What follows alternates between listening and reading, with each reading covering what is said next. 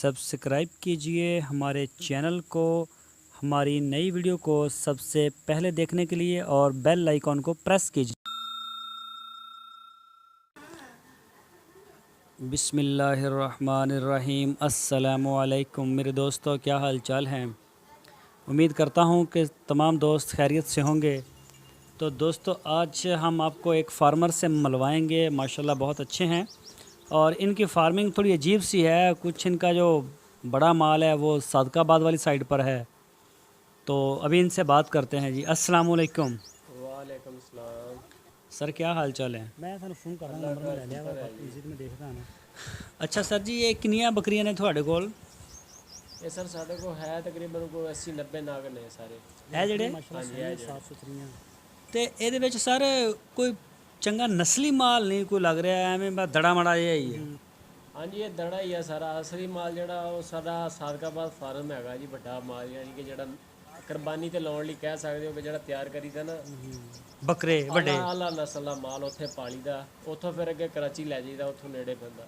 ਅੱਛਾ, ਉੱਥੋਂ ਕਰਾਚੀ ਲਾਗੇ ਪੈਂਦੀ ਹੈ, ਇਸ ਵਜ੍ਹਾ ਤੋਂ ਉੱਥੇ ਬਣਾਇਆ। ਹਾਂਜੀ ਨਾਲੇ ਉੱਥੇ ਹੈ ਨਾ ਸੈਟਅਪ ਵੀ ਹੈ ਨਾ ਆਪਣਾ। ਉੱਥੇ ਜ਼ਰਾਈ ਜ਼ਮੀਨ ਵੀ ਹੈ ਆਪਣੀ। ਹਾਂਜੀ ਜ਼ਰਾਈ ਜ਼ਮੀਨ ਵੀ ਹੈ, ਫਾਰਮ ਵੀ ਹੈ। ਉੱਥੇ ਸਰ ਕਿੰਨੇ ਕੁ ਜਾਨਵਰ ਨੇ, ਬੱਕਰੇ ਕਿੰਨੇ ਨੇ ਤੇ ਵੱਡੀਆਂ ਬੱਕਰੀਆਂ ਕਿੰਨੀਆਂ ਨੇ ਤੇ ਬੱਚੇ ਕਿੰਨੇ ਨੇ ਉਹਨਾਂ ਦੇ। 120 22 ਜਾਨਵਰ ਹੈ ਸਾਡੇ ਕੋਲ ਤਕਰੀਬਨ ਵੱਡੇ ਉੱਥੇ। ਇਹ ਬੱਕਰੇ ਜਿਹੜੇ 122 ਹਾਂਜੀ 20 ਕਿ 22 ਇੰਨੇ ਕ ਹੈ ਜਾਨਵਰ। ਤੇ ਬੱਕਰੀਆਂ ਵੀ ਹੈ ਨੇ ਵੱਡੀਆਂ ਬਰੀਡ ਜਿਹੜਾ। ਬੱਕਰੀਆਂ ਜਿਨ੍ਹਾਂ ਦੇ ਬੱਚੇ ਅਸੀਂ ਤਿਆਰ ਕਰਦੇ ਉਹ ਵੀ ਹੈ ਮਾਸ਼ਾਅੱਲਾ। 40 45 ਬੱਕਰੀਆਂ ਹੈ ਤੇ ਸਾਡੇ। ਇਹ ਮਾਲ ਫਿਰ ਇੱਥੇ ਕਦੋਂ ਛੜਿਆ ਹੋਇਆ ਤੁਸੀਂ।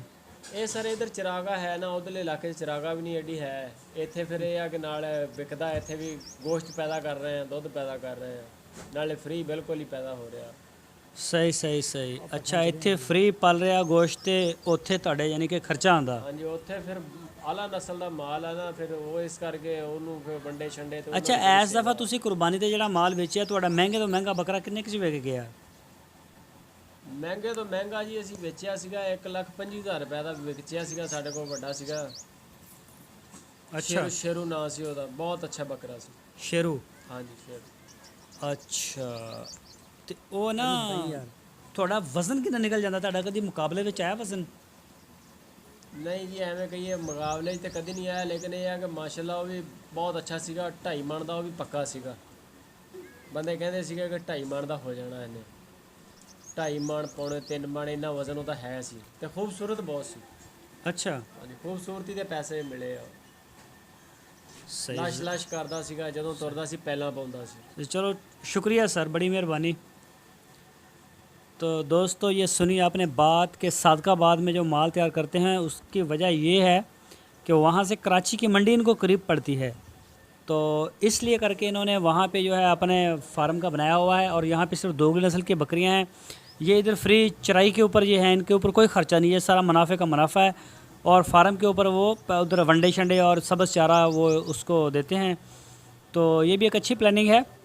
तो दोस्तों, आपसे रिक्वेस्ट है आप हमारे चैनल को सब्सक्राइब लाजमी करें, हमारी वीडियो को लाइक करें और अपने फेसबुक और व्हाट्सएप के ग्रुप्स में लाजमी शेयर करें और जुड़े रहिए हमारे चैनल के साथ। अपना बहुत सा ख्याल। हाफिज़।